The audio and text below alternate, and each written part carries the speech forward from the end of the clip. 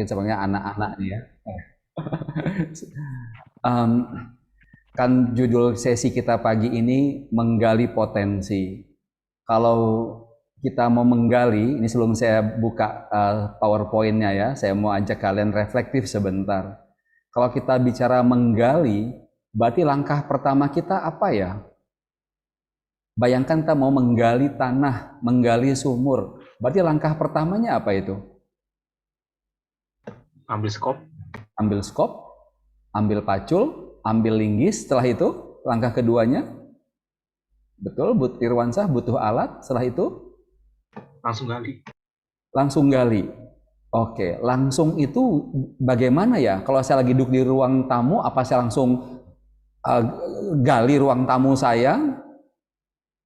Apa langkah kemudian setelah punya Mencari alat? tempat tanahnya, Pak. Nah, mencari Mencari tempat, tempat. ya, mencari tempat, ya.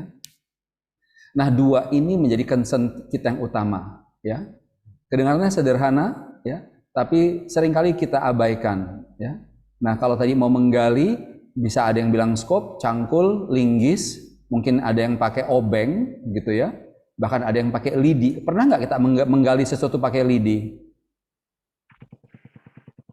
Pernah ya, di beberapa kejadian tertentu. Berarti ada yang dua hal kita pikirkan. Alat apa yang kita pakai untuk menggali dan di mana kita menggalinya. Berangkat dari situ dulu. Oke. Kan zaman ini nih lagi rame-rame tentang bicara passion gitu ya. Wah, nggak sesuai nih sama passion gue nih gitu. Pertanyaannya, waktu kalian nanti tamat kuliah, milih kerja itu mengacu pada apa gitu. Ya. Apakah passion atau yang lainnya gitu. Terus definisi passion itu apa gitu, ya. Tidak semua orang beruntung memulai kerja dengan passionnya gitu. Lantas apakah dunia harus runtuh? Nah, itu satu dulu ya. Nah, terus yang kedua, passion itu nanti akan saya tunjukkan adalah irisan dari dua bagian ya. Nanti saya jelaskan. Dua bagian ini adalah bagian uh, dari yang namanya ikigai. Jadi bungkus utama materi hari ini saya akan menggunakan pendekatan ikigai untuk membantu adik-adik semua untuk lebih tepat memilih ya alat dan tempatnya ya. Alatnya apa, mau nyangkulnya di mana, mau menggalinya di mana. Dan kata-kata mau menggalinya itu dan tempatnya bukan menunggu nanti waktu tamat kuliah. Nah, ini juga salah satu yang perlu digarisbawahi ya. Namun sejak di bangku kuliah mulai menggalinya gitu. Oke ya. Nah, sebagai bahan reflektif saja, kalau kalian tadi lihat di CV saya itu S1-nya Aerospace Engineering ya. Mungkin belum pernah dengar kata aerospace itu berarti kan desain pesawat terbang.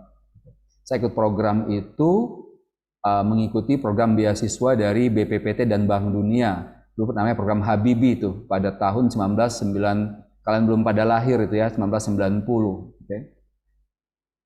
Namun per hari ini saya bukan aerospace engineer dan itu kalau secara urutan ilmu itu sebuah kesalahan keputusan. Ya. Dengan pendekatan keilmuan itu sebuah kesalahan dalam saya membuat keputusan. Pertanyaannya yang kalian muncul dalam benak kalian, mengapa dulu si Zulfikar milih aerospace engineering? Waktu itu saya kuliah tahun pertama di teknik industri di Institut Teknologi Surabaya, yang sebenarnya lebih dekat dengan jiwa saya teknik industri. Kalau ditanya yang paling dekat dengan jiwa saya apa? Ekonomi sebetulnya. Nah lihat ya, mikirnya itu ekonomi, akhirnya kuliah teknik industri, setahun saya memutuskan mengambil kuliah aerospace engineering. Hari ini doktoral saya di bidang science management, khususnya di bidang pedagogis. Berprosesnya panjang, ya. Nah, dari pengalaman itu, ya tentu hikmah ada hikmah, ya, hikmahnya banyak tuh nggak usah diceritakan. Namun yang saya mau share pada kalian semua adalah, kalau kalian bisa buat keputusannya lebih tepat, lebih awal, maka karir kalian akan lebih cemerlang. Oke? Kalau karir saya itu roller coaster berputarnya, ya. Gitu. Tentu nanti ada sebagian dari kalian juga yang mungkin tidak bisa gitu ya, menjalankan persis sesuai dengan apa yang kita inginkan, ya. Namun karena kalian semua masih di bangku kuliah, kan idealnya kalian merancang sesuatu sejak sekarang yang bisa kalian eksekusi. Eksekusinya kapan? Nih saya mau garis bawahi juga, ya. Boleh punya cita-cita setinggi apapun, mau jadi apapun gitu ya. Tapi pikirkan 2 tahun pertama setelah lepas dari bangku kuliah mau mencangkul di mana dengan alat apa? Itu dulu. Ya. Lepas dari kuliah mau mencangkul di mana dengan alat apa? Oke. Kalau sudah ambil mikir itu, maka mulai hari ini pikirkan mencari alat. Kalau sudah ketemu alatnya, diasah alatnya. Kalau udah ketemu di mana tempat mau mencangkul, bangun network di situ. Ya, bangun networking di sana. Jangan melamar kerja pas tamat kuliah saja. Oke? Nah, nanti kalau kalian mau dapat materi-materi yang lebih lengkap, ini kan saya tidak akan bahas sampai sejauh itu ya. Teknis-teknisnya, mau ikut sesi-sesi yang banyak seperti ini, ikut bergabunglah di New Institute, ada LMS-nya. Nanti bisa tanya sama ya thenewnew.id ya. Banyak program-program yang free kami berikan agar mahasiswa Indonesia betul-betul bisa membangun dirinya dengan lebih baik. Nah, sebagai cerita tambahan sebelum saya buka slide, lembaga yang saya pimpin, salah satu lembaga Hasur Center, kami ini rekanannya Kemendikbuddikti untuk program magang bersertifikat Kampus Merdeka. Jadi saat ini saya di Kalimantan Selatan ada lebih kurang 70 mahasiswa seluruh Indonesia yang hadir di sini, termasuk dari Padang, dari Andalas ada tuh. Siapa namanya? Lupa ya. Ada satu dari Andalas juga ya. Apa yang mau saya sampaikan? Itulah cara mereka untuk lebih mengenal ya, mengenal melalui program Kampus Merdeka itu magang bersertifikat, lebih mengenal seperti apa sih dunia kerja gitu.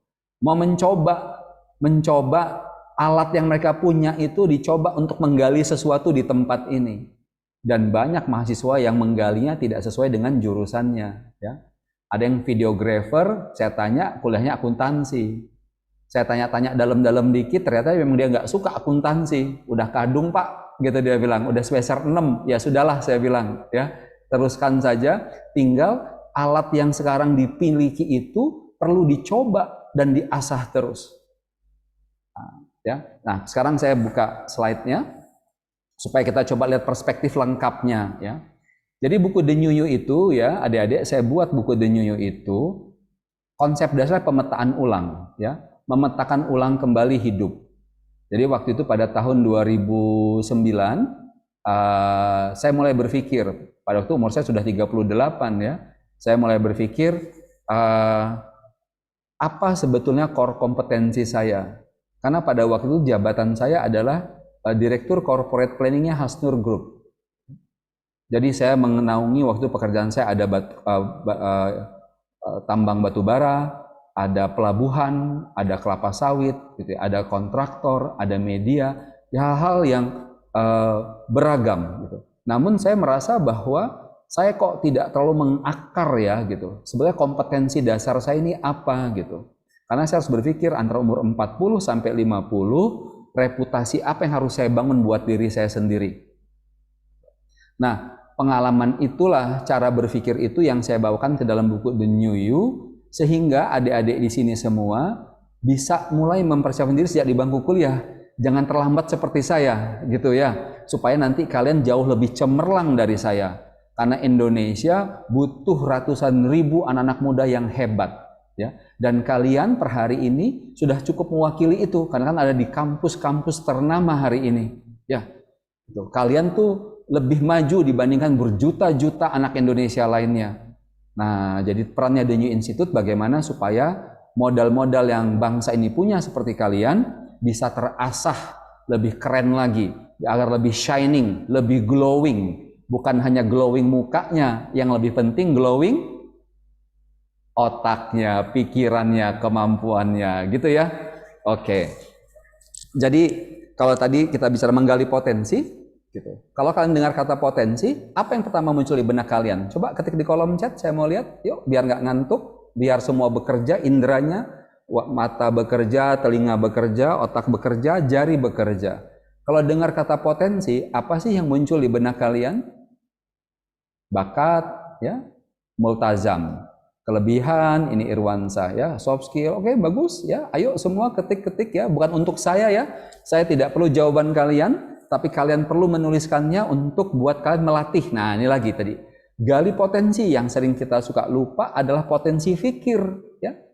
Jadi badan kita ini kan bagus kalau olahraga, ya, dilatih, ya, badannya bisa bagus, ya.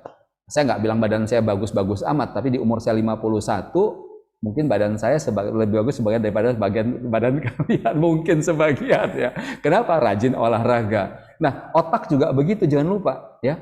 Ada otot badan, ada otot fikir, gitu, ya. Nah, banyak anak-anak sekarang kalau ikut webinar, ada yang ghosting satu hal, ada yang dengar tapi dengerin aja, diajak jawab tidak menjawab. Yang rugi itu kalian loh, ya. Itu. Kadang males, apa sih pertanyaannya, nggak penting banget gitu. Penting nggak penting, coba aja jawab, ya. Itu untuk diri kalian sendiri. Itu bagian dari membangun otot pikir. Oke.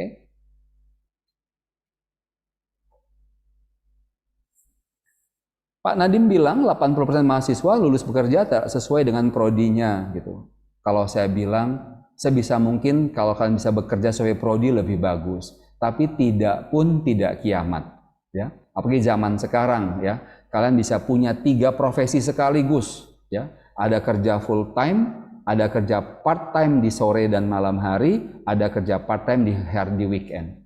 Saya sudah membuktikannya sendiri, ya, sejak di bangku kuliah dulu, biasa melakukan itu. Latih dari sekarang, gitu ya.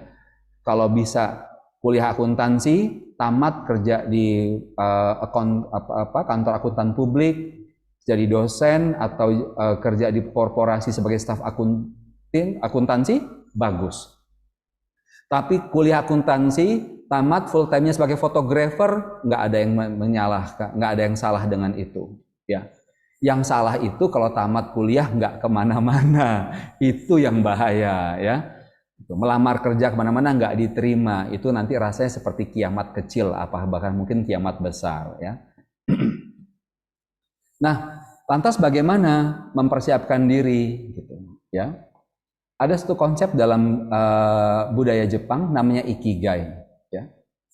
Ini berproses, ya, adik-adik, ya, untuk mendapatkan ikigai. Kalau kalian tanya, saya itu menemukan ikigai saya di usia 45. Ya. Buruk tidak? Ya, ini nanti kita bahas satu-satu, ya. Bisa nggak sih mendapatkan ikigai di umur 20? Bisa iya, bisa tidak. Kemungkinannya tidak, karena berproses, ya. Mudah-mudahan nih kalau kalian bisa lakukan dengan tertib, sebelum usia 30 udah ketemu ikigainya. Apa maksudnya ikigainya? Nah, kita lihat. Oke. Ini butuh waktu, ya. Kalian mau sama-sama saya lihat apa lingkaran yang paling atas. Supaya uji konsentrasi, coba diketik di kolom chat apa yang tertulis di bagian paling atas yang warnanya agak pinky-pinky itu. Ayo silakan diketik.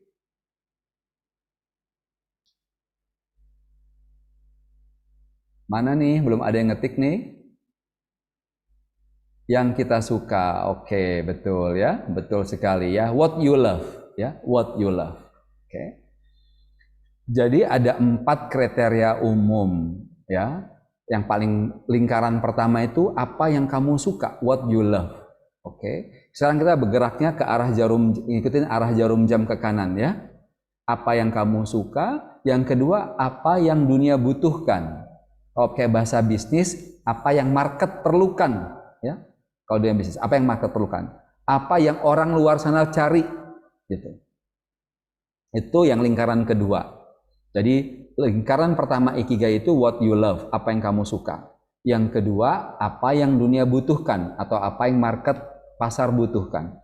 Yang ketiga, what you can be paid for, yang bawah itu, adik-adik, ya.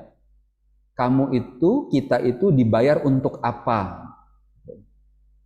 Yang keempat terakhir, kamu itu bagusnya apa? What you are good at. Nah, Sekarang boleh nih sambil reflektif, mau ketik di kolom chat boleh, tulis di kertas boleh. Coba jawab masing-masing. Ya, pilih satu saja. Yang kamu suka apa tulis? Yang saya suka. Terus yang kedua, yang dunia butuhkan. Misalkan saya tulisnya gini, saya suka fotografi.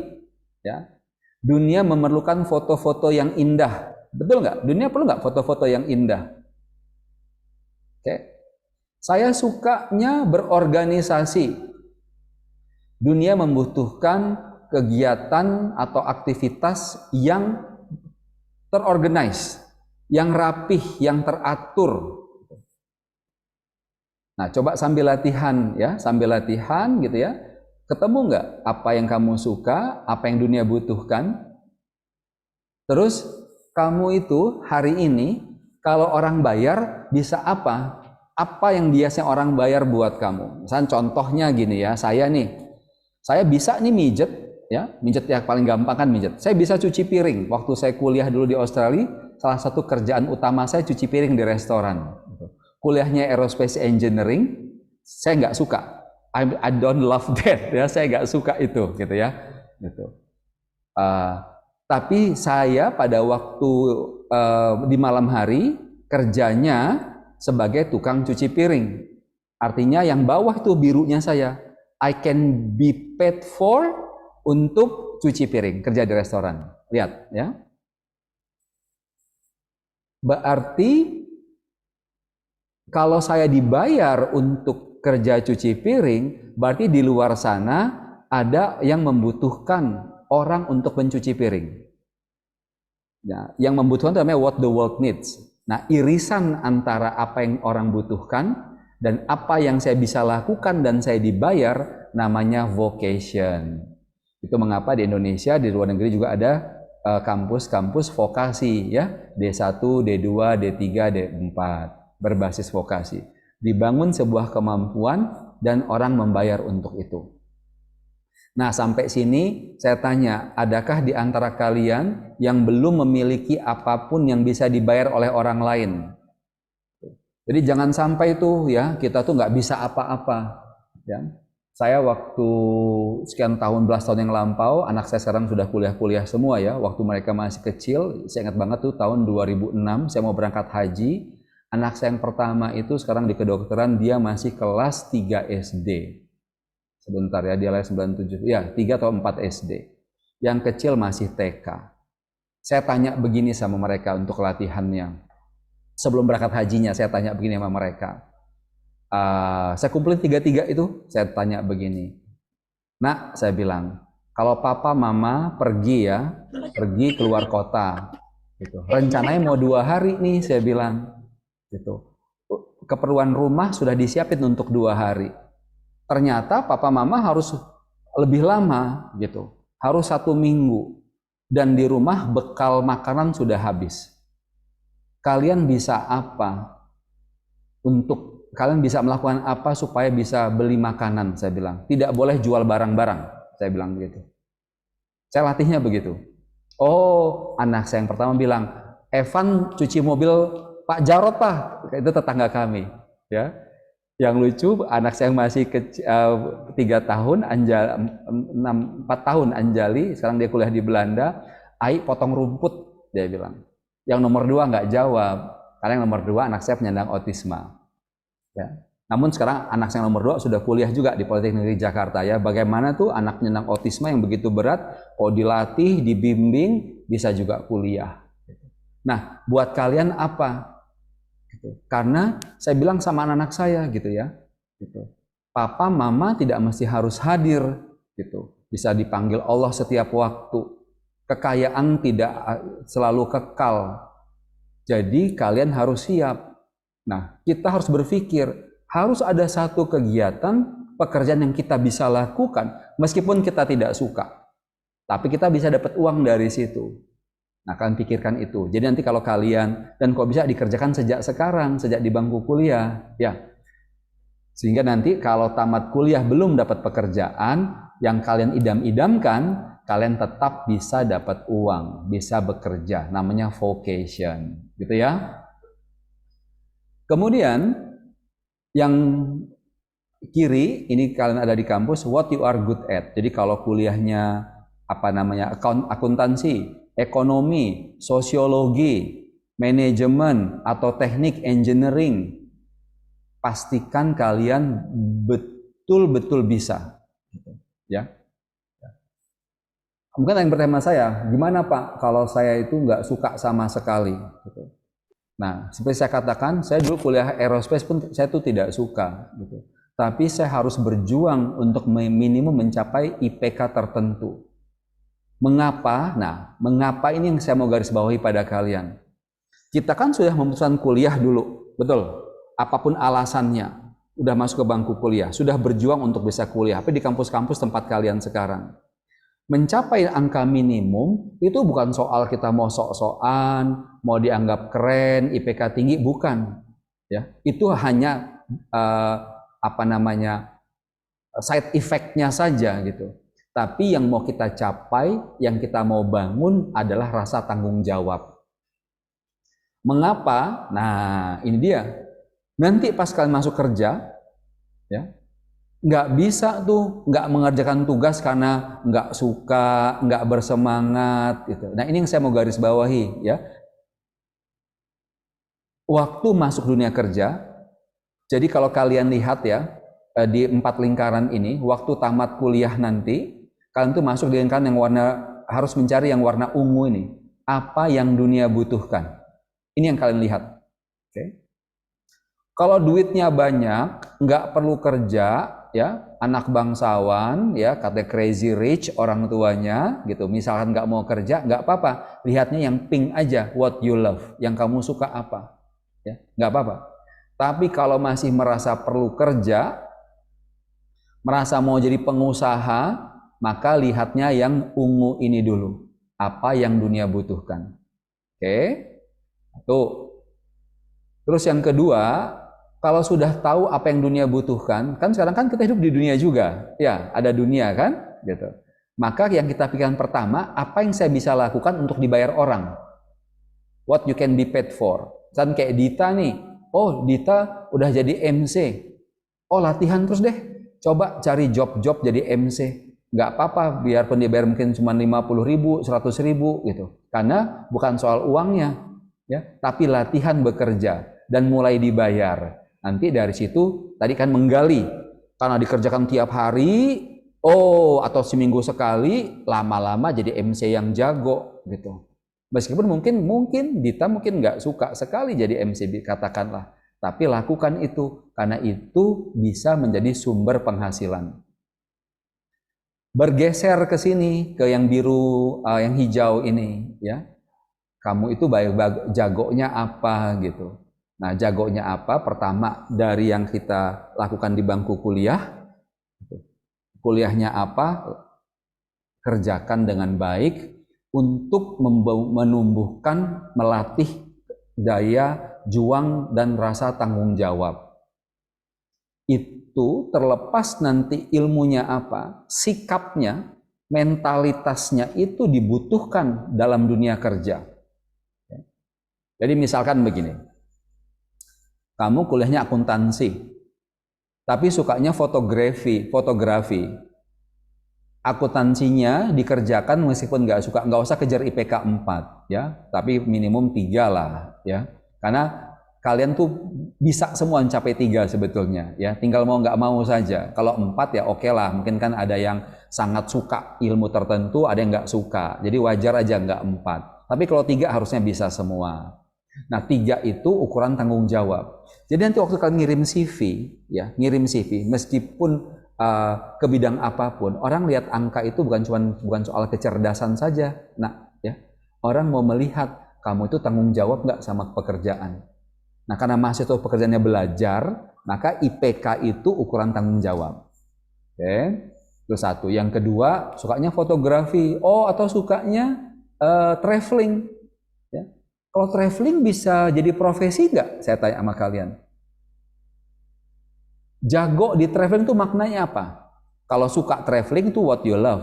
Tapi kalau saya jago pada traveling, apa itu kira-kira yang muncul dari situ? Bisa membuat? Apa itu? Tour guide. Tour guide. Bisa tour guide, bener banget. Saya SMP sudah jadi, SMA saya jadi tour guide. Oh, bisa jadi, ingat tuh, betul jadi tour guide. Ya, bisa buat blog tentang tempat-tempat, bisa buat konten. Mas Daily, Pak. Bisa jadi duit nggak itu? Bisa banget, ya. Kerjakan, ya. What you are good at. Itu udah ketemu 3 nanti itu, ya. Udah jago dan bisa dibayar dan dunia butuhkan. Kebetulan memang hobinya traveling, dapat 4-4-nya. Begitu dapat 4-4-nya, namanya ikigai. Tapi belum dapat 4 nih, gitu, ya. Misalkan sukanya traveling, terus dunia membutuhkan apa dalam dunia travel ya? Oh, mungkin kalian itu dunia membutuhkan exposure, ya. Ada beberapa tempat-tempat tertentu yang perlu ditonjolkan supaya dapat perhatian, misalnya daerah yang daerah terluar, terpinggir dan tertinggal, 3T gitu. Kalian suka traveling, terus daerah-daerah itu butuh diekspos supaya dapat bantuan. Maka irisan yang kalian suka dan dunia butuhkan itu namanya mission. Kan nggak dapat uang dulu, tapi kalian punya misi di situ. Misinya apa? Membantu daerah-daerah 3T agar lebih dikenal dan dapat bantuan. Itu mission, gitu ya. Apa sih alat ukurnya buat kita kalau sudah mencapai ikigai? Ada yang mau tebak nggak? Kalau keseharian kita tuh udah dapat ikigainya itu seperti apa hari-hari kita? Atau di sini mungkin jangan-jangan sudah ada yang mencapai ikigainya, karena anak generasi Z, kan itu generasi Z loh ya. Kan lahirnya di atas tahun 2000 semua kalian ini. Betul? Paling ada yang 99 ya. Gitu. Generasinya si Zulfikar kalian ini. Karena banyaknya informasi, ya, suka bergaul, sosial media, cerdas-cerdas gitu. Jangan-jangan sebagian sudah ada yang mencapai ikigai. Mudah-mudahan kalau ada yang sudah mencapai boleh share di sini. Langsung mau saya kasih hadiah buku 1 set dari The New You kalau yang mencapai ikigainya. Silahkan. Nah, saya boleh sharing sedikit ya. Atau saya tahan dulu sedikit ya. Apa itu ya? Kita boleh ke next slide dulu. Nah, siapa yang nggak kenal sama orang satu ini? Aduh, sebentar. Ya, Jack Ma. Kalau di Indonesia, saya jadi nggak enak ngomongin body shaming lagi. Sebentar ya. Siapa saya tokoh Indonesia yang mirip-mirip sama Jack Ma? Jack Ma ini hidupnya hanya penuh dengan penolakan. Ya. Bahkan mau kerja di KFC saja ditolak karena dianggap wajahnya kurang layak untuk bekerja di KFC. Kalian bisa bayangkan nggak hancurnya perasaan orang? Ya. Tapi dia menjadi seorang founder dan eksekutif chairman-nya Alibaba Group. Siapa yang nggak kenal ya? Nggak usah pengusaha, presiden sebuah negara aja bisa takut sama Jack Ma. Ya. Karena kalau Jack Ma mencabut investasinya di satu negara tertentu, bisa guncang ekonominya. Saya yakin kalian punya banyak kemampuan per saat ini dibandingkan Jack Ma waktu seumuran kalian. Ya. Nah, kalau Jack Ma mencapai ini, kalian mau mencapai apa? Gitu, ya. Kata kuncinya apa yang harus diperhatikan gitu setiap waktu? Ini dasar self reinvention, menemukan diri kembali. Nah, bagi kita yang beragama, ya saya yakin semua beragama macam-macam ya, ada yang Kristen, Islam, Buddha gitu. Ibadah-ibadah ritual kita itu, kalau yang Muslim sholat gitu. Waktu sholat itu harusnya sebagai tempat self reinvention. Mengapa gitu ya? Contoh misalkan yang Islam, karena saya juga Muslim, ketika saya Allahu Akbar, saya kan menyebutkan Allah Maha Besar. Nah, pada saya mengucapkan Allahu Akbar itu masih gundah nggak hati saya? Kalau saya masih gundah, berarti saya belum mampu menghadirkan Tuhan di hati saya. Gimana dong Pak? Kan masalahnya nggak selesai gitu kan, karena nggak apa-apa, masalah memang nggak selesai. Tapi bisa nggak kita ada momen tertentu di mana kita lepas dari beban itu? Kalau hidup kita diisi semua dengan beban kehidupan, kita bisa tepar, nggak ada habis-habisnya. Ya. Hidup itu ada cycles of problems. Why? Karena kita itu menjadi bernilai kalau kita menjadi cycles of solution, gitu. Ya. Jadi kalau kita nggak ada masalah itu malah aneh. Berarti lo nggak punya solusi dong, nggak ada harganya. Ya. Di kantor juga gitu. Kalau mau karirnya meningkat, teman punya masalah, kita bisa punya solusi. Atasan punya masalah, kita punya solusi. Company punya masalah, kita punya solusi. Kalau company punya masalah, kita punya solusi, bisa jadi CEO. Gitu, ya.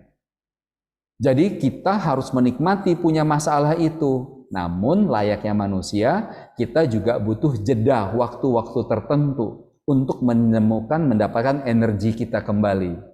Nah, ibadah-ibadah ritual salah satu fungsinya adalah mendapatkan energi balik itu. Gitu. Jadi jangan sampai pas Allahu Akbar ingat cicilan motor misalkan ya, mungkin yang sini nggak ada ya, terus langsung stres, terus nangis sama Tuhan doa-doa, akhirnya sholatnya dipakai jadi tempat susah. Tapi kalau waktu sholatnya dipakai untuk lepas dulu, oke, aku punya masalah, ujianku kemarin gagal, tugasku belum selesai. Aku sanggup nggak melakukan ini? Bisa nggak melampaui masalah ini? Aduh, gundah banget, gitu. Ya, Allahu Akbar. Mungkin kalau yang Kristen ada bacaannya khusus, lepas sesaat, muncul keyakinan sebesar apapun masalahku, ada Tuhan yang maha besar. Lepas masalah sesaat. Nanti habis sholat pikirin lagi, gitu. Ya. Keluar dari gereja, pulang dari candi, pikirin lagi. Tapi waktu berkoneksi dengan Tuhan, ambil salah satu kekuatan Tuhan dulu. Gitu. Salah satu adalah energinya. Nah, ini jadi we enjoy, kita nikmati all those cycle of problems, because karena dengan cycles of problems itu kita bisa mulai memikirkan, karena ada otot pikir, ya, kita bisa memikirkan cycles of solution. Tambah banyak solusi yang kita bisa ciptakan, tambah naik harga kita. Gitu kira-kira ya. Nah, itu mengapa tadi yang saya bilang seperti Dita, mungkin kedengarannya Dita mungkin sudah tahu juga ya, remeh-temeh dari saya yang saya sampaikan, jadi MC hari ini silahkan jadi moderator. Coba di-extend, di-expand itu. Karena nanti dari situ, ketemu sesi berbeda, beda lagi masalah. Jadi MC, jadi moderator nggak cuma membacakan CV ya Dita ya. Nanti pembicara ini nggak datang, ada peserta yang kurang aktif, ada peserta yang mungkin bersikap kurang baik, macam-macam itu masalahnya. Mungkin pembicaranya kurang asik gitu, sehingga boring misalkan. Gimana tuh peran seorang MC untuk mengatasi masalah-masalah itu? Nah, dengan semakin banyaknya sesi yang Dita geluti, yang Dita kerjakan, tambah jago tuh, gitu ya. Nah, ini penjelasannya saja tentang kata reinvent tadi ya, menemukan kembali gitu. Mungkin yang saya mau tambahkan sedikit adalah bagaimana kita melihat proses ujian ya. Kan suka ada ujian kan? Ujian apa itu? Ujian tengah semester, betul nggak? Ujian akhir semester, UTS, UAS, ada tugas gitu. Kan saya juga dulu begitu, waktu kuliah pun saya juga belum sadar ya, pokoknya kejar nilai gitu kan, mati-matian pokoknya kejar nilai bagus gitu. Namun lupa satu, bahwa waktu melakukan ujian itu, kita sedang menemukan diri kita gitu, self-reinvention. Kenapa? Karena kita jadi ngerti bagian mana yang kita belum kuasai. Jadi bukan tentang mengejar nilai saja gitu. Nah, dengan cara ini, kita tidak terlalu dihantui dengan ujian. Gitu. Tapi kita juga melihat proses ujian-ujian itu sebagai cara untuk mengupgrade diri kita. Kok jadi mengupgrade sih Pak Zul? Ya karena tahu loopholes-nya atau kekurangannya. Kalau saya nggak tahu kekurangan saya mau upgrade apa? Gitu. Ya. Tadi kan mau masuk dunia kerja nih targetnya, ya kan? Nah, targetnya dunia kerja. Hari ini katanya menggali potensi diri. Saya bilang ada dua deh potensi yang utama, satu potensi akademik dari kuliah, yang kedua potensi skill, keahlian, ya, apapun yang mau kalian lakukan. Nah, tadi kan kita bilang menggali. Nah, waktu kita melakukan ujian, mengikuti ujian, kita jadi tahu seberapa dalam gitu ya, yang sudah kita gali ilmunya. Oh ternyata ini nilainya nggak bagus, nggak bagus, nggak bagus. Oh berarti saya tuh galinya belum dalam. Gitu. Motret itu. Tapi kalau dipasang di Instagram, like-nya sedikit, kurang keren, kurang asik. Oh berarti belum jago nih fotografinya, gali lagi. Jadi kalau pakai sosmed, likes yang original gitu ya, itu ukuran kita sejauh mana kita ahli. Kalau di kuliah kita, sejauh mana kita bertambah ilmu. Dua-duanya perlu digali. Nah, ini waktu saya sampai kapan ya? Halo Dita, masih berapa menit lagi? Saya udah bicara 20 menit ini Dita. Iya Pak, masih lama Pak, masih Masih lama. ada sekitar 1 jaman Pak. Oke. Nah, jadi sekarang saya cerita biar relate ke diri saya sendiri gitu ya, dan saya tadi kan sampaikan pada kalian gitu. Negeri ini, bangsa ini membutuhkan lebih banyak anak-anak muda seperti kalian yang lebih awal mencapai ikigainya. Gitu. Kan saya bilang, saya mencapai ikigai saya di usia 45 ya. Kalian sekarang masih 20 mungkin, ada yang bahkan ada yang 19 mungkin gitu ya.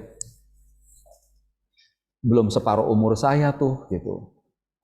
Terus kenapa bangsa ini, negeri ini membutuhkan anak-anak muda seperti kalian yang lebih dulu mencapai ikigai? Tadi kan saya tanya, apa sih ukurannya kalau seseorang mencapai ikigai? Gitu. Mau tahu nggak? Dengar nih. Mau tahu nggak apa ciri-ciri seseorang sudah mencapai ikigainya? Buat diri kalian sendiri juga nih. Gitu. Satu yang paling mudah ya, yang paling mudah dulu satu ya. Lebih sering senyum apa lebih sering merengut? Kok bisa? Ya. Ya bukan dari senyum berkepanjangan nggak ada henti-henti itu sakit jiwa juga gitu ya. Gitu. Kenapa lebih sering senyum daripada lebih sering merengut? Bukan berarti kita setiap waktu harus pasang muka senyum ya, bukan itu juga maksudnya gitu. Tadi hidup kita itu cycles of problems. Oke? Kita harus memberikan cycles of solution. Kalau waktu bekerja mencari solusi, wajah kita tersenyum, artinya apa itu? Kita jago nggak namanya? Kan kalau kalian ngerjain soal itu, waktu keluar soal, mukanya tegang dan susah, keringetan nggak bisa, atau enteng nih, gitu, tak selesai gitu. Sambil senyum ngerjain soal. Sambil senyum ujian. Nah, itu contohnya gampangnya gitu ya. Artinya senyum itu bukan berarti harus betul-betul senyum melebar itunya gitu ya, tapi auranya lebih banyak aura bahagia. Itu ya. Saya akan masuk nanti soal bicara law of attraction. Tapi sebelum ke sana, saya mau nambahin satu dulu. Kembali tadi, berarti kalau saya lebih sering senyum, sementara saya menghadapi cycles of problems, berarti saya sudah jago tuh menciptakan cycles of solution. Saya senyum. Yang kedua, karena saya tambah jago, berarti kan gini, kalau seseorang kita minta misalkan memotong pohon, dia megang golok aja, megang gergaji aja nggak bener. Sama satu orang yang lain sudah jago, mana yang lebih cepat motong pohonnya? Yang jago kan? Nah, jadi orang yang mencapai ikigai itu akan bekerja lebih cepat karena dia jago. Kalau bekerja lebih cepat tapi hasilnya bagus loh ya, bukan cepat ngawur ya, karena kan jago ikigai. Artinya produktivitasnya meningkat. Ini ukuran sangat, bahkan saya bilang maha penting dalam bekerja. Ya. Kalau mau naik pangkat, cepat naik pangkatnya, harus produktivitasnya tinggi. Kalian bekerja 10 orang nih, dikasih tugas sama atasan. Yang satu 3 hari, yang satu 1 hari, yang satu 3 jam. Yang 3 jam akan diperhatikan lebih kencang. Ya. Karena kalau seseorang bisa ngerjainnya 3 jam, dia punya waktu 2 hari plus 5 jam tambahan ekstra untuk kerjakan yang lain. Kalau kerjaan satu aja 3 hari, gimana mau ditambahin kerjaan yang lain? Bagaimana bisa mimpin orang lain? Nggak akan naik jadi supervisor, nggak akan naik jadi manajer, apa jadi direktur, jauh. Ngerjain kerjaan sendiri aja nggak beres, gitu. Ya. Nah, lihat dari kacamata bangsa sekarang, mengapa bangsa ini perlu, gitu. Ini sambil sharing-sharing untuk nanti kalian kalau yang kuliahnya ekonomi ya, bisa dipakai mungkin materi pemantik saja mungkin untuk skripsi kalian. Kan negara ini dibiayai oleh APBN, betul ya? APBN. Kita punya per hari ini 257 juta warga Indonesia, ya, penduduk Indonesia, bukan warga, penduduk Indonesia. Oke. Dengan APBN lebih kurang 2.000 triliun plus. Berarti dengan sekarang tingkat kesejahteraan Indonesia, IPM-nya sekian, PDB-nya sekian, income rata-rata sekian, gitu. Itu semua terhubung dengan berapa jumlah APBN. APBN itu dipakai untuk membiayai membangun jalan tol, ya mungkin ada hutangnya juga, membayar para birokrat bekerja, para PNS, program-program pembangunan semua dari APBN. Sekarang kalian bayangkan, kalau uang yang digelontorkan 1 triliun saja, ya bisa dipakai untuk membangun katakanlah 100 km jembatan, tapi karena ditingkatkan produktivitasnya, maka bisa terbangun 125 km jembatan atau jalan. Akan lebih sejahtera nggak rakyat Indonesia? Itu kalau kita lihat secara, kalau bahasa ekonomi, secara agregat ya, kita ngeliat secara bungkus besar negara. Lah negara ini kan isinya kita-kita ini. Dan dari 257 juta rakyat Indonesia ini ada sekitar 40 sekian juta di generasi kalian. 40 sekian kalau saya tidak salah. Motor utamanya itu ada di kalian untuk 10 tahun ke depan. Itu mengapa nanti ada yang namanya bonus demografi. Bonus demografi tercapai kalau kalian itu menjadi sarjana-sarjana yang hebat. Apalagi sarjana yang sudah ikigai. Wah, keren banget gitu. Bisa meningkat 2 kali lipat produktivitasnya. Nah, perannya The New Institute ini mendampingi kalian ya. Ya, mendampingi kalian berproses gitu. Ya, tentu banyak lembaga-lembaga lain juga kalian ikutilah ya, mana saja yang bagus-bagus gitu ya. Hanya di New Institute kita ada LMS-nya thenew.id buat kalian untuk terus bisa mengupdate gitu ya, mengupdate diri. Ada ini baru nih, ilmu baru nih gitu. Ada pengetahuan baru nih gitu. Cek, oh kosong waktu, ikut deh gitu. Apalagi banyak programnya free. Wah, ya. Kayaknya ini ilmunya cetek nih, biasa-biasa. Jangan berprasangka dulu, ikuti dulu ya. Begitu lembaga-lembaga lain, zaman ini kalian enak sekali ya. Mungkin saya kira sekarang ada 1001 penyedia pelatihan-pelatihan, materi-materi ya, orang-orang top di luar sana. Ikuti ya, ikuti. Supaya sebisa mungkin kalaupun ya adik-adik kalian belum mencapai ikigai waktu tamat kuliah nanti, kalian ketemu yang 2 tadi itu, kombinasi apa yang dunia butuhkan dan what you can be paid for. Syukur-syukur nyambung yang ketiga, what you are good at. 3 itu nyambung dulu deh gitu ya. Hobi sendiriin deh. Misalkan 3-nya nyambung, fotografi segala macam, hobinya memanah, udah nggak apa-apa deh. Memanahnya hari Minggu aja tak memanah misalkan. Atau hobinya berenang gitu ya. Tapi jagonya fotografi, udah nggak apa-apa gitu ya, nggak terhubung langsung, boleh saja. Tapi jangan sampai pas tamat kuliah tidak memiliki minimum 2 ya, kombinasi antara apa yang dunia butuhkan dan apa yang kalian bisa lakukan untuk dibayar. Kalau tambah 1 lebih afdol lagi, kalian jago what you are good at gitu, ya. Nah, ini slide terakhir saya kelihatannya. Jadi sebagai refleksi ya adik-adik ya, saya tidak akan panggil teman-teman.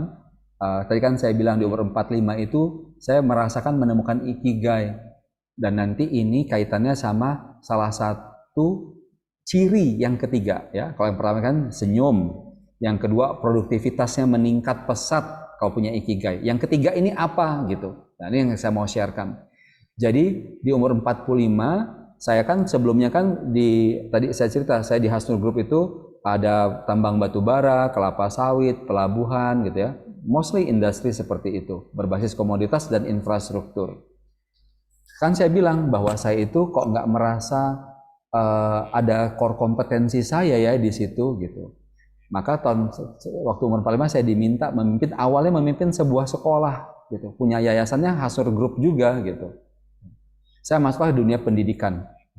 Dunia pendidikan saya karena background saya engineer, khasnya engineer itu mesti observasi gitu. Jadi saya tidak hanya dengar laporan dari orang-orang dari tim saya, tapi saya observasi. Observasi perilaku siswa dan guru sehari-hari dan observasi siswa dan guru di dalam ruang kelas. Nah, dari situ saya terus melihat, ya, namanya tipikalnya seorang insinyur itu suka melihat apa yang kurang gitu, dianalisa. Terus saya coba dalemin, saya buat metode-metode, saya pakai, saya latih guru saya. Terus saya merasa begini, setiap saya memberikan pelatihan pada guru, ya, dulu saya juga ngasih pelatihan, tapi bukan pada guru. Waktu saya kasih pelatihan pada guru, kok tambah lama saya tambah bersemangat ya, gitu. Bahkan ketika saya misalnya agak flu-flu gitu ya, agak-agak capek, agak kurang sehat, kalau saya masuk ke ruang memberikan pelatihan buat para guru, kok saya malah sehat gitu, penyakit saya malah hilang. Gitu. Beneran pagi itu kayak orang misalnya agak suntuk-suntuk gitu, kalau masuk ruang memberikan pelatihan pada guru, saya bisa bertahan 8 jam dan saya tambah sehat. Karena saya mulai merasa, saya waktu itu belum ngerti kata ikigai loh ya, belum tahu itu. Maka kemudian tahun 2016 saya ambil kuliah doktoral saya di ITB, saya perdalam tentang pedagogis.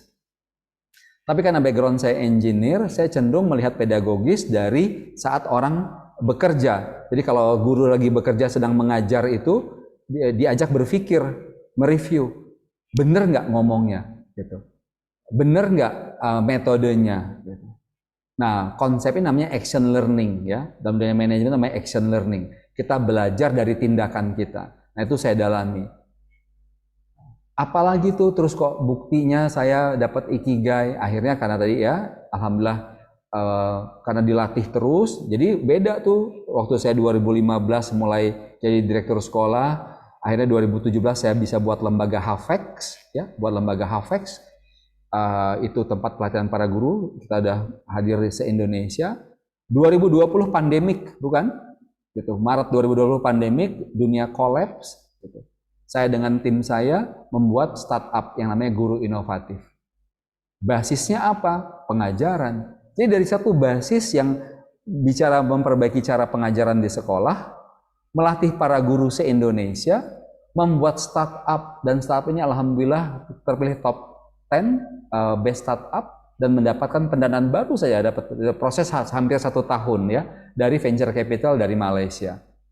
Dengan ada startup berarti program yang dibangun bisa di scale up, bisa diperluas, diperbanyak dengan cepat. Nah, apa yang mau saya sampaikan pada kalian? Begitu kita menemukan ikigai, maka perjalanan karir kita bisa melesat eksponensial. Jauh lebih cepat perjalanan karir kita kalau kita menemukan ikigai. Nah, yang saya sampaikan tadi, bayangkan kalau kalian nanti di umur 23, 25 ketemu ikigainya. Wah, nggak usah nunggu seumur saya untuk melesat ya. Umur 30 udah jadi direktur, jadi CEO, jadi pengusaha top. Mau nggak begitu? Atau nanti umur 30 sekedar jadi supervisor, atau bahkan sekedar jadi karyawan biasa. Nangis Bombay. Sebelum nangis Bombay itu terjadi, mulai sekarang gali potensi diri. Mulai sekarang bangun tanggung jawab. Mulai sekarang perkuat komitmen. Agar masa depan yang kalian inginkan, yang kalian cita-citakan, lebih cepat terjadi. Dan terlihat bentuk awalnya saat kalian menjadi sarjana nanti. Demikian, terima kasih. Assalamualaikum warahmatullahi wabarakatuh. Waalaikumsalam Waalaikumsalam warahmatullahi warahmatullahi wabarakatuh. wabarakatuh. Wow, materi yang sangat luar biasa sekali ya rekan-rekan. Udah sama-sama kita dengarkan. Ini benar-benar materi yang sama-sama semua kita butuhkan nanti untuk pasca kampus, begitu teman-teman semua. Mungkin baik Pak, selanjutnya itu masuk kita ke dalam sesi tanya jawab. Mungkin Silakan. dari teman-teman di sini itu sudah sangat excited sekali ya Pak ya. Sama-sama kita lihat itu sudah sangat banyak sekali pertanyaan di kolom komentar dari teman-teman yang lainnya. Baik, mungkin langsung saja untuk sesi pertama kita buka 3 pertanyaan. Bagi rekan-rekan yang ingin bertanya bisa juga langsung open mikrofonnya atau bisa juga dengan menulis di kolom komentar. Baik, udah banyak yang raise hand ya. Mungkin untuk pertama silakan kepada Erikson, disilakan untuk mengaktifkan mikrofonnya. Selamat siang Pak Zul dan moderator. Selamat siang, Erikson. Siang juga Pak. Perkenalkan, nama saya Erikson Pak dari Jakarta. Sebelumnya terima kasih Pak atas materi yang Bapak berikan kepada kami-kami. Semoga bermanfaat Pak. Untuk pertanyaan Pak tentang yang Bapak informasikan pada kami Pak. Untuk yang pertama, bagaimana Pak kami-kami generasi Z dan mahasiswa Pak sebagai agent of change bisa membangun kompetensi dalam jangka panjang bidang pengembangan diri Pak di dunia pekerjaan ini di era industri 5.0 serta menghadapi bonus demografi yang akan kita temui di tahun 2030 karena saya dapat informasi dari teman saya beberapa hotel dan perusahaan Pak di daerah Jakarta itu sudah digantikan dengan robot Pak. Nah itu bagaimana Pak kita generasi Z dan mahasiswa untuk pengembangan diri di dunia pekerjaan Pak. Lalu kedua Pak, bagaimana cara kita Pak untuk membentuk daya inovatif dan kreatif melalui pengembangan keterampilan berpikir kritis Pak dalam menentukan goals atau passion kita Pak di bidang rekrutmen, development atau dunia pekerjaan ini di era industri 5.0 karena yang tadi Bapak informasikan ada beberapa teman saya juga Pak mereka untuk di dunia pekerjaan ini mereka sangat-sangat introvert Pak, lalu menyalahkan diri kenapa gue nggak bisa untuk meningkatkan skill. Nah itu untuk kita berpikir kritis Pak, menentukan goals dan passion kita supaya enjoy di dunia pekerjaan seperti apa Pak. Terima kasih. Oke, ini langsung dijawab aja ya, Dita ya. Iya boleh Pak, boleh langsung. Ini pertanyaannya 1 menit, untuk menjawabnya perlu 1 tahun ini. Dan itu berhubungan sekali 2 pertanyaan itu ya. Erikson bagus sekali pertanyaannya gitu. Tadi kan bahwa zaman sekarang ini banyak pekerjaan yang sudah bisa dihandle oleh robot gitu ya Erikson ya. Terus juga bagaimana dong menghadapinya gitu ya. Terus yang kedua peran Erikson bagaimana Pak membangun critical thinking ya agar kita bisa lebih agile. Nah itu jawaban pertanyaan yang pertama tadi itu untuk menghadapi soal robot tadi memang kita harus membangun critical thinking ya. Nah sekarang saya ajak kalian berpikir begini, apa yang robot bisa lakukan dan manusia tidak bisa, manusia bisa lakukan tapi kurang baik, apa itu? Saya ambil contoh robot yang sederhana, jadi nggak usah robot yang rumit ya. Bentukan robot saya itu gunting ya. Oke. Gunting itu ada gagangnya kan? Ya. Lebih mudah mana menggunting pakai gagang begini klek klek klek klek gitu ya? Atau pisau 2 kalian pegang sendiri-sendiri terus motong. Mana lebih mudah? Yang gunting. Ya, yang gunting. Namun kalau ada bentuk yang tidak bisa, kan kalau kita ada gagangnya si gunting itu, kan membukanya juga terbatas. Ya, dibatasi. Kalau sekarang pisau dipegang terpisah, ada batasnya enggak? Tidak ada. Lebih fleksibel, lebih agile. Nah, jadi manusia-manusia kayak kita ini, manusia ini, yang harus dibangun adalah agility berpikirnya. Tadi kan saya bilang hidup itu menghadapi cycles of problems. Kita harus menjadi pencipta cycles of solution. Problems itu bentuknya berubah-ubah. Kita harus agile. Robot hanya bisa melakukan hal yang sama berulang-ulang. Termasuk konsep yang paling canggih sekalipun namanya machine learning. Yang paling top tuh ya, artificial intelligence dengan machine learning. Kenapa saya bilang itu pun terbatas? Machine learning bekerja sesuai dengan jumlah keyword yang dimasukkan ke dalam program. Kalau diganti keyword lain nggak akan bisa. Apa contoh sederhananya? SEO, Search Engine Optimization. Kalau kita mau iklan kita nyambung dengan SEO, ya keywordnya harus pas. Kalau nggak akan ketangkep. Betul? Berarti kan si engine itu juga terbatas. Ya. Tapi kalau kalian gini, kalian itu untuk meningkatkan si engine itu, meningkatkan jumlah keywords dalam otaknya, lama itu harus pakai programmer. Kalian bisa dengan cepat, karena otak manusia itu sangat agile sebetulnya. Namun, nah ini dia, seringkali nggak dipakai. Jadi mangkrak otaknya, gitu. Apa sih contohnya otaknya nggak dipakai? Ini kita ngomong enak-enakan aja ya, gitu. Masuk ruang kuliah, dosennya bicara, kita nggak mendengarkan. Itu namanya otak nggak dipakai, gitu. Dosennya nggak seru sih Pak Zum, ngebosenin. Ya terus lu gimana? Lu mau rugi gara-gara dosen lu ngebosenin, lu jadi bego gitu? Kalau saya bilang, yang rugi siapa?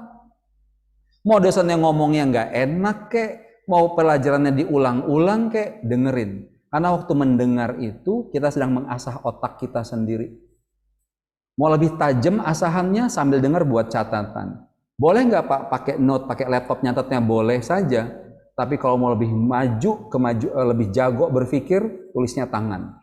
Karena dengan nulis tangan itu conceptual thinkingnya terbangun. Tapi nggak harus juga lah kalau masih mau pakai tablet itu ya boleh. Tapi sebisa mungkin waktu mendengar dosen bicara, tulislah sesuatu. Karena mendengar itu artinya melupakan. Kita suka aja ya, adik-adik ya, suka dengerin orang ngomong. Selesai sesi itu kita pasti lupa. Gitu. Paling beberapa kata yang nyangkut. Ya. Tapi menulis itu jadi ingat. Gitu. Nah kalau nulis tangan kenapa lebih jago? Agility-nya, karena dia tuh selalu nyambung. Gitu. Ya. Kalau ngetik kan tek-tek gitu.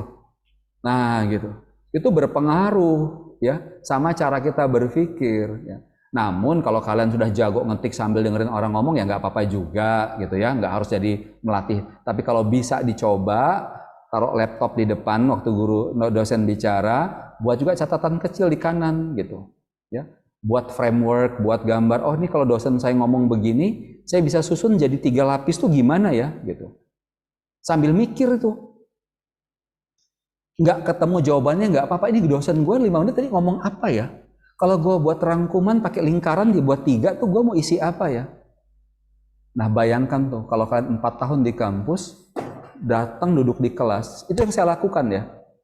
Itu kalau saya sejak SD tuh saya nggak pernah nggak menulis, kalau saya tuh nggak pernah nggak dengerin mulai guru saya bicara. Guru saya nanya saya jawab. Okay. Dosen bicara saya nulis, perhatikan. Gitu. Suka nggak suka? Nanti terlatih. Nanti kalian ya karena sering dengerin orang gitu, tajam nih. Ini kayak ibaratnya itu antena TV, sekarang nggak ada lagi antena TV ya. Antena di dalam handphone signal itu tuh kenceng gitu. Jadi nanti waktu kalian kerja, orang itu bicara apa tuh kalian nangkap tuh cepet tek gitu. Pikselnya tuh banyak di otak tuh banyak pikselnya. Nanti teman kalian, bos kalian ngomong, teman kalian masih bengong, nanya apa sih Pak? Apa sih Pak? Tadi gimana Pak maksudnya? Kalian tuh udah lebih duluan jawab, bahkan udah bisa nawarin solusi. Dari mana dapat solusinya? Karena waktu pas di kampus banyak baca, banyak dengerin orang bicara, ikut seminar, webinar gitu. Ya. Kalau ikut webinar cuma dapetin, ini ya saya bilang ya, ini saya ngomong apa deh. Kalau kalian cuma webinar pengen dapat sertifikat, udah itu kalian tuh kuno. Itu mikir tuh kayak zaman pegawai-pegawai negeri zaman dulu tuh ngejarin sertifikat. Emang kalian pikir bisa jadi jago itu udah punya sertifikat? Nggak ada itu. Ya gampang sekarang zaman gini sertifikat. Bisa dapat 1000 dalam setahun kalau perlu. Ya. Nah ini kembali ke Erikson tadi. Saya kan tanya gimana Pak membangun critical thinking? Yang pertama, sering mendengar. Kedua, waktu mendengar, mencerna. Coba di ngertiin orang tuh ngomong apa. Dan kemudian coba tuliskan. Ada nggak metode yang lain? Ada, ya. Tapi kalau saya saran jadi sangat teknis sekali, ya. Ada namanya Anderson-Krathwohl taxonomy, 24 kotak fikir Di dalamnya ada ratusan kata kerja operasional yang menggambarkan kemampuan pikir manusia. Nah, itu salah satu keahlian saya yang saya ajarkan kepada guru-guru se-Indonesia. Cara berpikir kritis. Nah, mengapa anak-anak Indonesia secara umum tidak punya kemampuan berpikir kritis?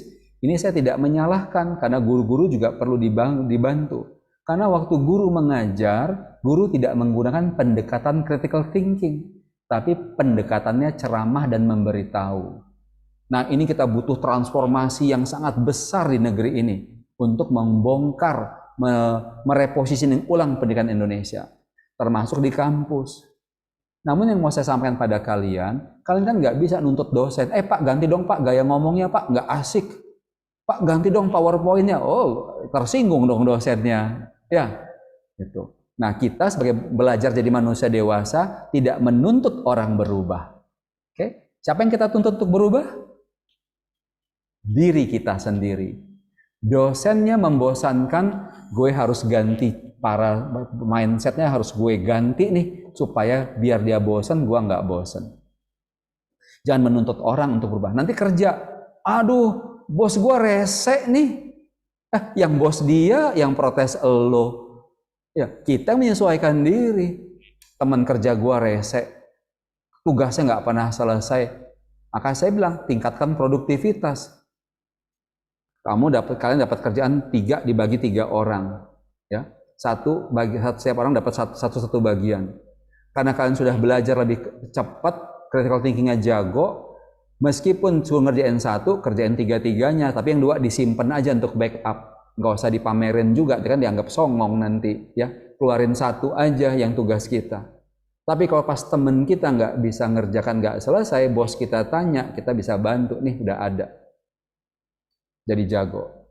Gitu kira-kira Erikson ya. Nanti kalau mau lebih jauh, panjang nanti ceritanya ya. Silakan yang lain, Dita. Iya, baik. Mungkin begitu ya, Mas Erikson. Mungkin langsung saja ke pertanyaan selanjutnya ya, Pak ya. Boleh, boleh. Iya, baik.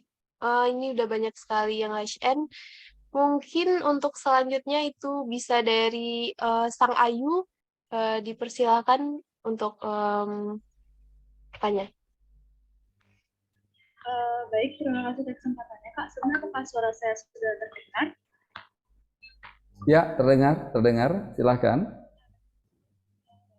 Nama saya Sangayu dari Universitas Udayana. Sini saya mau izin bertanya, Pak Sulfikat. Jadi menurut pendapat Bapak, manakah yang lebih baik antara menguasai atau ahli dalam satu bidang saja, atau memiliki kemampuan di segala bidang untuk menghadapi tantangan di dunia kerja, terutama bagi seorang mahasiswa ataupun fresh graduate? Terima kasih, Pak. Oke, ini pertanyaan yang realistis sekali, ya, masuk akal sekali. Untuk menjawabnya, saya tanya kembali kepada kamu gitu. Kamu cenderung single tasking atau multitasking? Saya pribadi, saya kalau membaca hanya satu di meja saya hanya satu kerjaan, saya malah tidak bisa konsentrasi. Saya butuh menciptakan alat distraksi saya sendiri. Gitu. Jadi kalau saya itu biasa di meja kerja ada 5 pekerjaan. Gitu. Jadi saya kerjain ini 30 menit, saya stuck, saya pindah ke yang kedua, ketiga, bisa bolak-balik begitu. Tapi tidak semua orang seperti itu gitu. Ada teman saya, dia misalkan dia sebagai lawyer, dia satu itu saja, dia dalemin saja. Jadi kembali kepada bawaan diri kita masing-masing. Namun, karena kalian kan mau masuk medan perang yang pertama nih, masuk dunia kerja, kita medan perang pertama. Namanya kita mau perang, kalau bisa punya 3 senjata lah, jangan 1, ya enggak? Gitu. 1 senjata yang paling jago yang apa nih, pikirkan dulu. Harus ada cadangan kedua, kalau bisa 3. Jadi misalkan ini gampang-gampangannya aja, kuliah akuntansi jangan sampai nggak 3 IPK-nya. Belajar, ya belajar. Pokoknya kalian tuh harus target IPK minimum 3. Gitu. Kalau enggak tuh berarti harus belajar. Karena kalian tuh nggak ada yang bodoh ya nak, nggak ada yang bodoh. Ya. Untuk mencapai 3 itu tidak butuh cerdas, butuh tekun aja. Oke? Kalau butuh yang ekstra spesial lu kejar IPK 4, nggak usah lah ya. Nggak perlu juga ya. 3 itu udah minimum. Habis itu pikirkan kegiatan apa yang bisa kalian kerjakan. Saya bilang tadi yang contohnya gampang apa? Nyuci piring, jadi supir ojol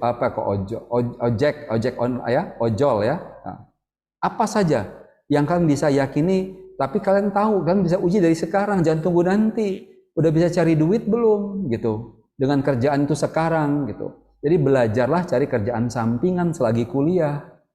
Gitu, ya. Meskipun kalian anak orang kaya, latihanlah. Karena dengan latihan kerja itu melatih satu rasa rendah hati. Satu, ya. Kedua, cari satu keahlian khusus. Misalkan mau mendalami fotografi, mendalami stenografi sekalipun, yang jago nulis itu, ya, bisa kerja di pengadilan, macam-macam itu, ya. Kalau jadi satu bidang ilmunya minimum dikuasai, IPK 3, punya satu kegiatan yang bisa mendatangkan uang. Yang ketiga, punya satu keahlian utama. Ya, anak zaman sekarang kadang-kadang punyanya 2-3 ya, jago-jago ya. Sukanya main game, pikirkan ya. PUBG katanya sekarang lagi ngetren gitu ya. Nah, dengan PUBG itu gue bisa dapat duit dari mana ya? Gitu. Oh, bisa menyelenggarakan lomba PUBG sekampung. Jadi pengusaha PUBG, why not? Gitu ya. Nggak harus negatif kok. Gitu. Kalau suka merokok, bisa jadi duit nggak? Suka merokok. Dibalik sedikit berpikirnya, kalau saya merokok, orang sebelah saya terganggu nggak ya? Gitu. Berarti kalau saya merokok, saya bisa ciptakan apa supaya orang sebelah saya tidak terganggu? Kan bisa jadi peluang uang juga itu. Ya. Kalau soal mau ngerokok, berhenti ngerokok itu urusan masing-masing lah, saya nggak mau ikut campur, itu pikirin masing-masing ya. Tapi kan kita cari critical thinking. Ini kalau saya dengan rokok, saya bisa dapat duit dari mana? Begitu ya. Next. Iya, baik begitu ya, Sang Ayu. Mungkin baik Pak, pertanyaan selanjutnya ini mungkin dari Zoom ini sudah banyak sekali dari apa ya Pak ya, dari pertanyaan yang diketik mungkin pertanyaannya hampir sama ya Pak ya. Ini ada beberapa yang ditarangkum. Ya. Mungkin itu ada satu pertanyaan begini Pak. Untuk memasuki dunia kerja sebagai fresh graduate itu apa saja yang harus kita perhatikan begitu Pak? Bagaimana cara kita membiasakan diri sebagai yang belum memiliki pengalaman apa-apa begitu Pak? Oke, bagus pertanyaannya. Pertama, yang kata-kata tadi yang belum punya pengalaman apa-apa perlu langsung direvisi, ya. Jadi pengalamannya dibentuk di kampus. 3 yang harus dipersiapkan minimum dulu, ya. Pertama, sikap diri, ya, sikap diri. Jadi misalnya kayak dilatih sikap diri itu, ya. Kan di sesi Zoom seperti ini sekalipun, meskipun kita hadir di rumah kita sendiri, di kamar kita sendiri, gitu ya. Pastikan kita tuh duduk dengan baik. Wajah kita tuh diatur ya, nak. Jangan dibiaskan wajah seadanya. Gini nih wajah saya seadanya gini nih, wajah seadanya tuh gini. Ini wajah seadanya, saya kasih contoh, ini wajah seadanya. Nanti kebiasaan, ya. Jadi kalau kita lagi ikut webinar, ya diatur dong wajahnya tuh di net. Ini wajah diatur nih. Nggak usah senyum yang besar-besar juga, gitu. Ya. Mengapa? Karena wajah itu representasi nilai diri. Beda kalau misalnya kalian itu misalnya seorang yang jago banget membuat program yang ternama, biar mukanya mungkin merengut itu dicari orang juga. Gitu. Kalau kita nggak spesial banget, wajah itu penting. Gitu. Nah itu dilatih. Wajah, sikap, ya dilatih. Gitu. Ya gimana dong Pak, kalau webinarnya 2 jam capek dong, ya boleh, matikan sebentar, wajah seadanya dibiarin dulu boleh. Tapi latihlah, jangan ditutup terus panjang waktu. Nanti kita kebiasaan tidak melatih otot wajah. Oke, itu satu. Saya bilang otot wajah termasuk sikap ya, sikap, cara kita menyapa gitu. Karena masuk dunia kerja, kita berhadapan dengan banyak orang yang semuanya sibuk dan quote-unquote egois. Ingat ini. Ya. Mengapa? Ya semua sibuk ngejar target. Maka kita perlu bersikap baik sebagai anak baru. Nanti anak baru songong lagi, masuk kantor orang diem aja. Siapa yang mau jadi teman kita? Kalau kita bingung mau nanya sama siapa? Ya, itu sikap. ya. Kedua, yang saya sampaikan pertama tadi, pastikan kita punya kemampuan tertentu. Ya. Jangan nanti apa-apa nanya, apa-apa nggak bisa, gitu. Ya, pastikan kita punya kemampuan tertentu. Jadi pertama, bersikap baik. Ya. Kedua, punya kemampuan tertentu. Yang ketiga, ringan tangan. Oke. Bukan ringan tangan kata orang Palembang menampar uang, ya, bukan begitu ringan tangan. Ya, tapi mau membantu, ya, mau membantu. Nah, yang bagian terakhir ini mungkin akan menjadi sedikit sulit buat generasi kalian, gitu. Karena di generasi kalian ini saya paham sekali, gitu ya, karena anak-anak saya juga di generasi kalian. Karena cenderung juga khawatir dianggap ikut campur, gitu ya, urusan orang lain, betul ya? Gitu. Jadi kalau nggak diminta, kadang-kadang anak-anak ini nggak mau melakukannya, gitu. Dia diam aja, gitu. Nah, yang kalian harus ingat, ini dunia kerja, dunia orang dewasa. Bagaimana caranya supaya tidak dianggap ikut campur? Dengan bertanya. Misalkan kalian sudah bekerja selesai, temanmu kelihatan masih bekerja, tanya, kakak, ada yang bisa saya bantu tidak? Gitu, ya. Latihlah dengan itu.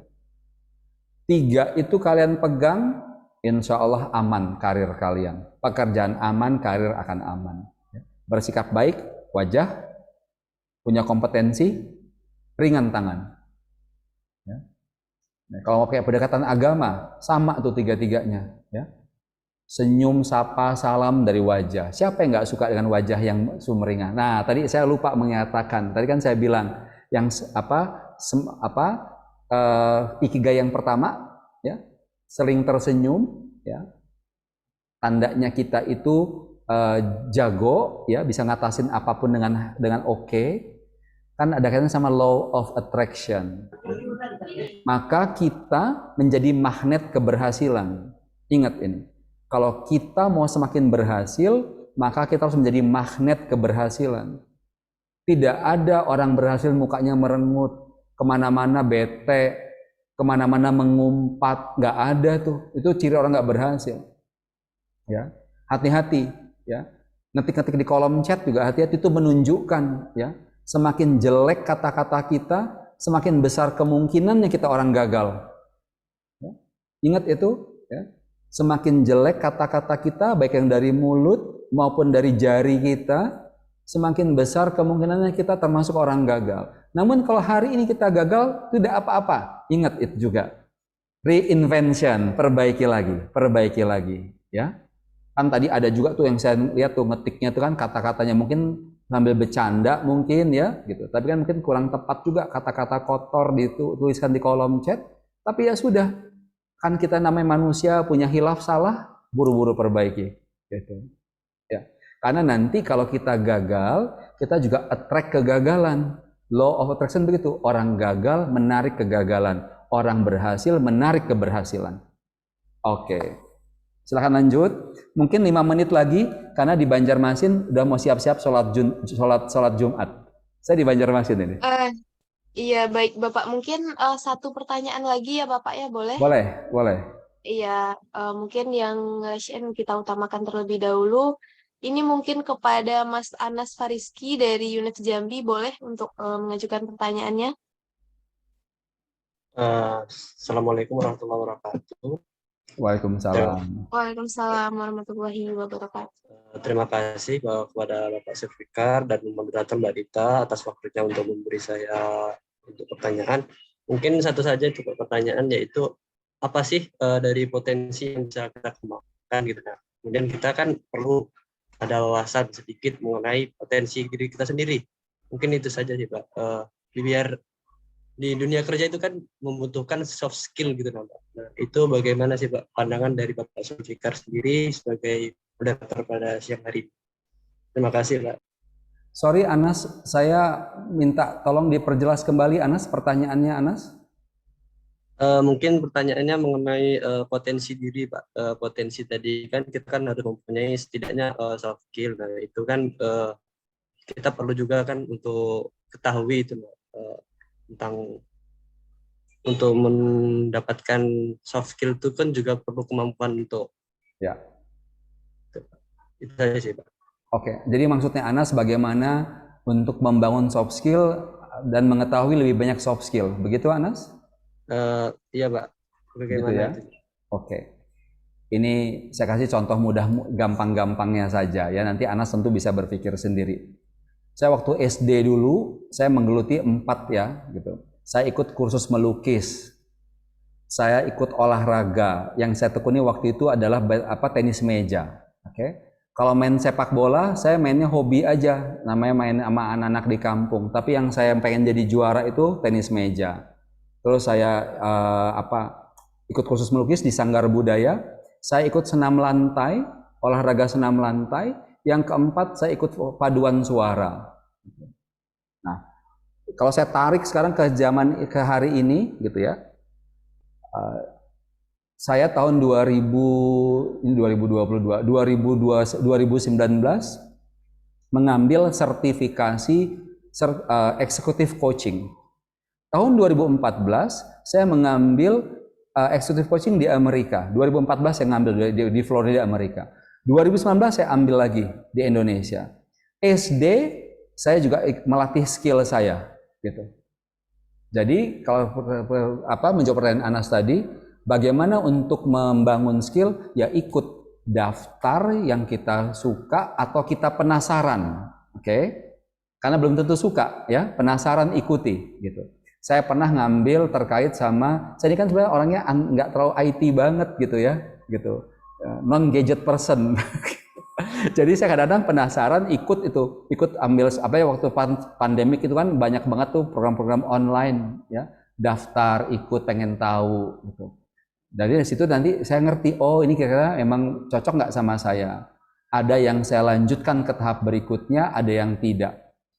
Nah, Anas juga lakukan hal yang sama kalau mau ya, pilih gitu. Di waktu 1 minggu itu 1 bulan, berapa waktu yang Anas punya yang mau dialokasikan untuk menekuni beberapa skill tertentu. Termasuk yang gampang-gampang ya, saya bilang buat semua yang jangan kalian lupakan Microsoft Office. Ya. Tentu kemampuan dasar sekali itu, Excel, Word, yang saya yakin kalian bisa, hanya saja kadang-kadang lambat. Nah, ini yang harus diperbaiki, tingkat kecepatan dan ketepatan dalam mengerjakannya. Kalau bisa, saya yakin udah bisa semua, gitu. Tapi kecepatan dan ketepatan yang perlu dilatih agar lebih jago. Demikian Anas. Terima kasih Bapak. Mungkin sudah dapat jawaban. Iya, baik. Mungkin di sesi tanya jawabnya dicukupkan ya Bapak ya. Baik, ya. Iya, baik rekan-rekan semua, mungkin acara kita sampai di sini karena mepet juga sama sholat Jumat ya rekan-rekan. Kami mohon maaf pada rekan-rekan yang pertanyaannya belum bisa kami jawab dan kami bacakan satu-satu. Mungkin kalau ada kesempatan lagi kita akan berbincang-bincang lagi dengan Bapak, bukan gitu ya Pak ya? Ya, men-DM saya pun boleh. Kalau masih ada yang penasaran bisa DM saya, ya. Instagram saya zulfikar.alimudin seperti nama saya. Silahkan, feel free ya, mau tanya apa saja ya, silahkan. Iya, begitu rekan-rekan. Mungkin ya karena waktu juga kita langsung saja ke acara kita selanjutnya yaitu sesi penyerahan sertifikat dan dokumentasi, Pak. Mungkin kepada operator boleh tolong dibantu.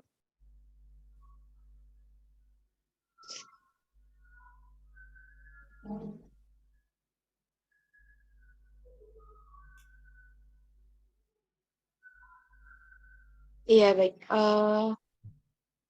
Baik. Yang Terima screenshotnya kasih. operator bisa? Nggak bisa, moderator. Mungkin dari yang lain. Oke, Ada saya yang bantu, bisa Mas. bantu? Siap, Baik, Bang. aman. Oke. 1, 2, 3. Oke, teman-teman. Nah, iya. Baik. Udah ya, Mas ya? Oke, sudah, Mbak. Oke. Baik, mungkin ya acara kita sampai di sini rekan-rekan semua. Sekali lagi kami ucapkan terima kasih yang sebesar-besarnya kepada Bapak Zulfikar yang sudah mau membagi ilmu sama kita semua. Tentunya ilmu yang sangat luar biasa sekali.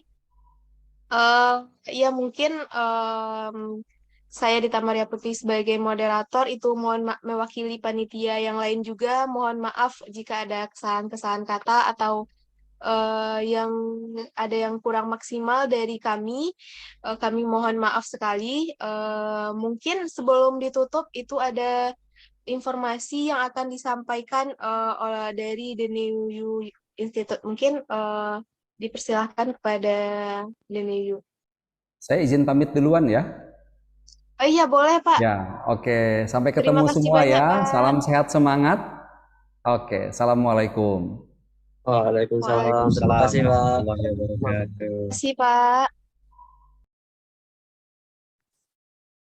Oke, halo teman-teman semuanya. Mungkin ini singkat aja karena sepertinya bagi yang di waktu Indonesia Tengah sudah mau sholat Jumat atau bagi yang waktu Indonesia Barat juga sebentar lagi persiapan ya.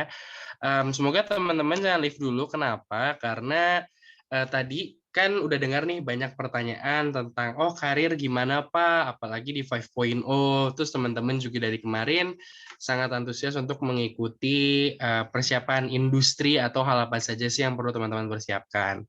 Nah, di The New You Institute sendiri kita rencananya, bukan rencana sih, lebih ke nanti sudah fix di bulan Juni akhir, tanggal 25 sampai Juli, jadi 4 kali pertemuan.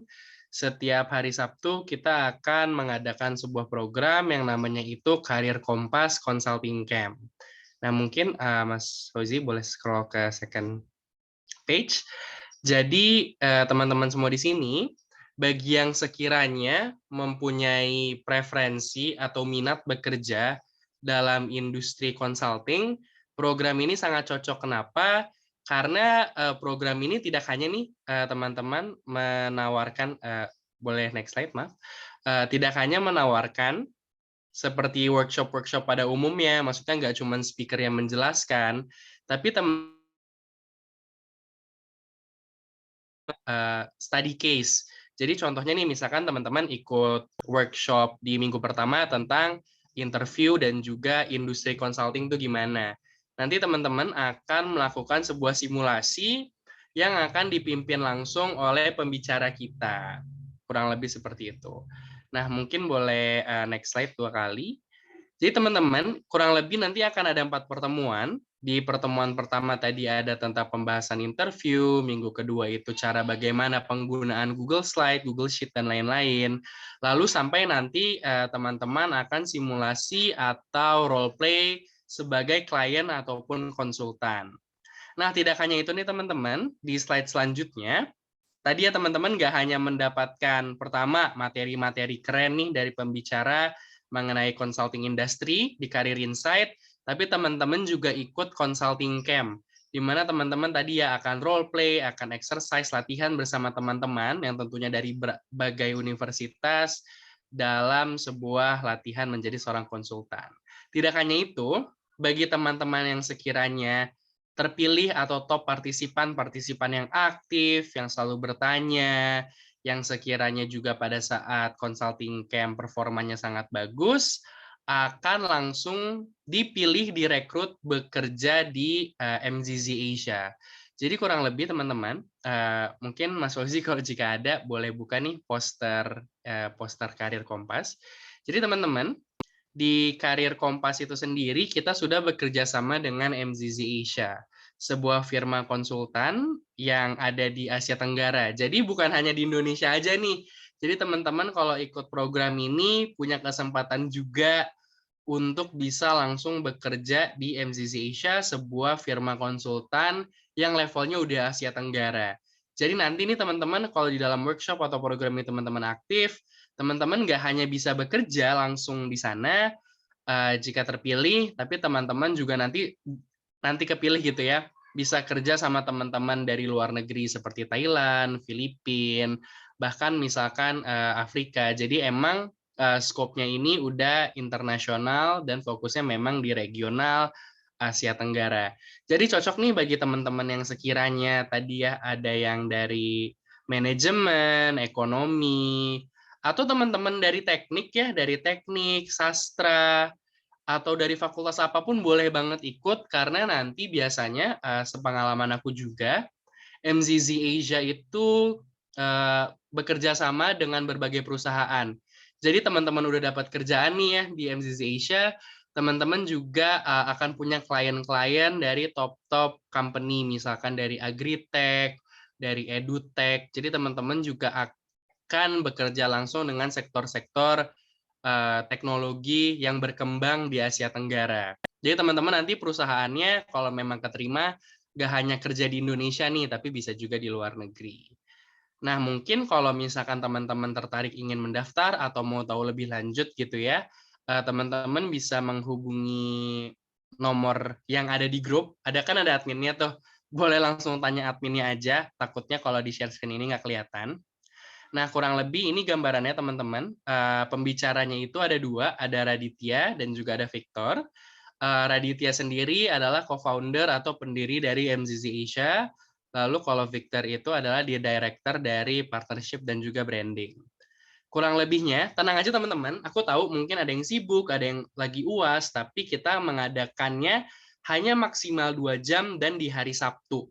Jadi teman-teman bisa banget nih mengisi hari Sabtunya hanya 2 jam aja untuk mengembangkan karir dan industri terutama di bidang consulting, dan juga teman-teman akan mempunyai kesempatan bekerja di MZZ Asia jika memang nanti pada saat sesi workshop teman-teman menunjukkan keaktifan dan performa yang baik.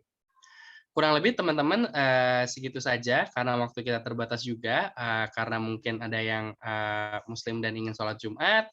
Kembali lagi jika ada pertanyaan yang lebih lanjut ingin ditanyakan, boleh langsung menghubungi admin. Teman-teman FYI aja, program ini tuh berbayar, tetapi khusus untuk teman-teman yang hadir dan yang join di grup ya, karena kita ingin apresiasi, kita akan kasih harga yang jauh di bawah harga normal. Jadi teman-teman misalkan contoh hanya cukup membayar dengan 100.000, teman-teman sudah mendapatkan 4 pertemuan dan juga kesempatan bekerja. Kurang lebih seperti itu. Jika ada yang ingin ditanyakan atau ingin tahu nih MZZ Asia atau nanti teman-teman kesempatan bekerjanya bagaimana, boleh langsung hubungi admin yang ada di grup. Kalau belum join grup, boleh tanya temennya aja. Oke, terima kasih semuanya.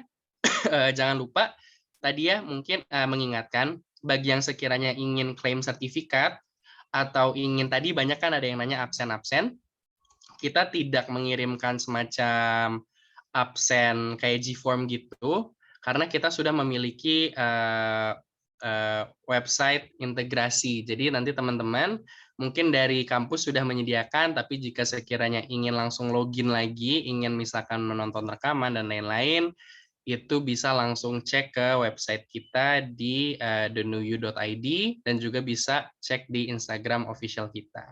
Nah, jadi nanti tampilannya seperti ini teman-teman. Jika nanti sekiranya pengen akses materi ataupun ingin mengakses rekaman gitu ya, misalkan tadi ada yang ketertinggal, boleh banget langsung join di websitenya langsung. Tapi kalau misalkan hanya absen untuk kehadiran teman-teman, boleh tadi ada G-form, tapi untuk nanti klaimnya setelah teman-teman isi absen, klaim sertifikatnya baru bisa dibuka dari website ini. Oke, mungkin dari saya itu aja. Jika masih bingung, boleh ditanyakan di grup mengenai klaim sertifikat ataupun mengenai program tadi ya. Karena lumayan banget ya teman-teman bisa langsung kerja yang di levelnya itu udah internasional dan juga bisa mengembangkan skill-skill teman-teman agar tentunya tidak ketinggalan karena sekarang sudah mau masuk era 5.0. Oke, thank you. Itu saja dari saya. Mungkin kembali ke MC dan juga Mas Fauzi. Terima kasih.